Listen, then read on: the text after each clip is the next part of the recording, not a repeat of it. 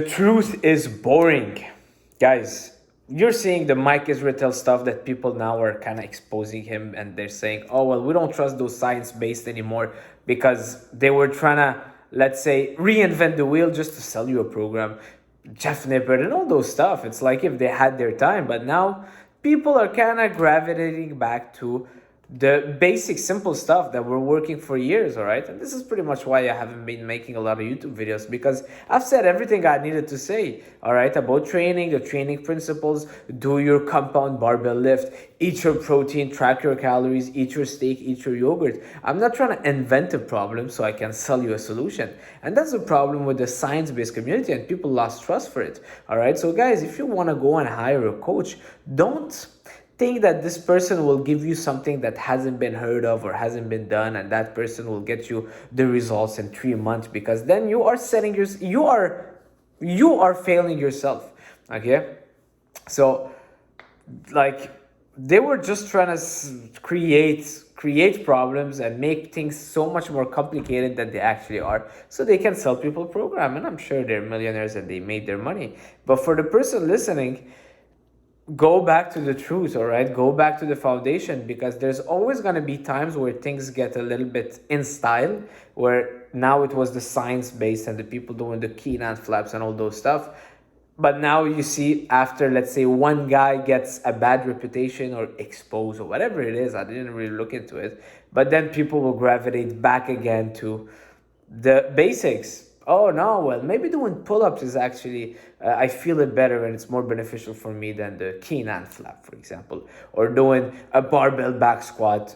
It's actually giving me more gains than doing that crazy leg extension stretch with, I don't know, the people overstretching, and like that new tendency. It's a tendency, but people will always go back to the basics. So if you're someone that is a little bit lost and you're like, you don't know what to trust and what to do anymore, just go back to that base, go back to the basics. And it's okay to add on stuff, but make sure that the basic is solid and it's part of your routine. All right, make sure that you are doing your pull-ups, and then if you want to add some other extra stuff that are maybe focused a little bit more on the stretch and get a little bit more, better pump, but don't make those stuff the base of your training, because you will end up disappointed.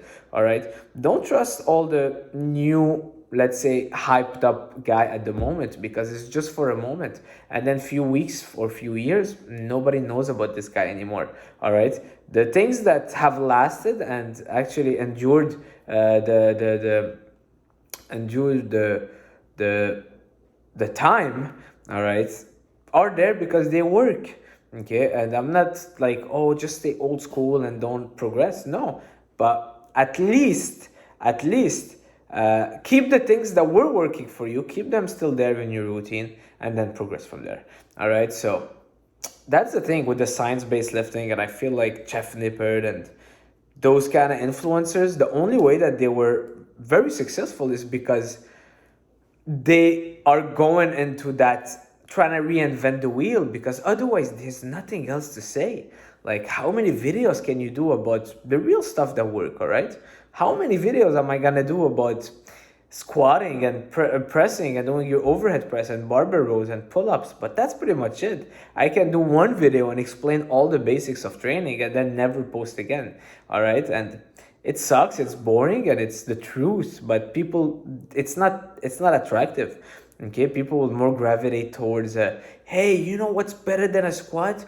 Let's do a single leg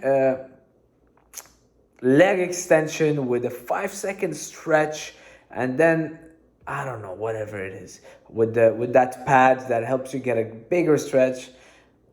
It's more tempting to try, because people are like, yeah, well, squats, we've been seeing it for a long time, let's try this new stuff.